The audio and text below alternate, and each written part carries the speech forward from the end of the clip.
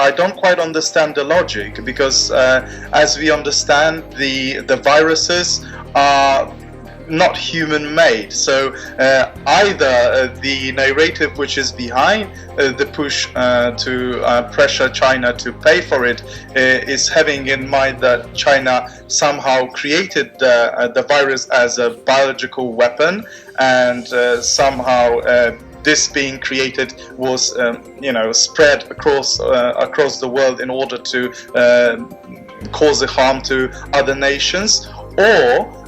which is more likely for me, to create a precedent where the Western powers are punishing China just for being successful in economic terms, just for somehow having one of the greatest economies in the world, just because of the China is quite recently gaining a lot of influence in different institutions, including World Health Organization and others. It's like a spoiled kid who is not willing to play with you in a soccer or football, I would say, because he's losing a competition or a match with you. He's taking his ball and is going back home and is telling his parents that somehow it is your fault that you are much more skillful, or you are somehow more knowledgeable in the rules of the game. And this is what we are seeing with regards to America. I'm not sure whether Western politicians or American politicians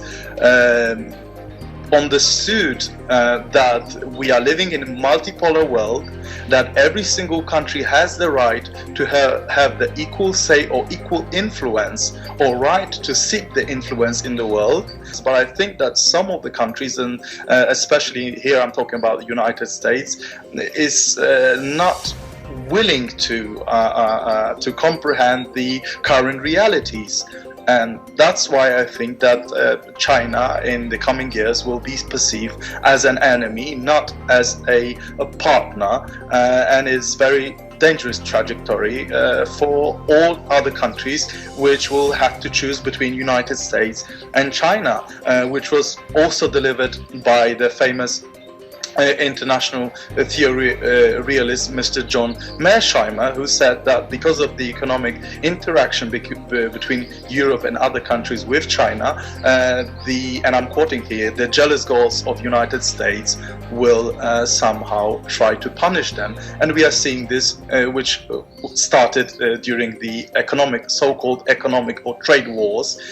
with China in 2018, and it's just a continuation of the very same narrative. So I think that the fading hegemon, the United States, will not refrain, and I think that this pressure is even much more severe when it comes to other countries. So we will either have to pick the sides, and if we pick the side with China, we will be perceived as an enemies of the United States. This is the reality.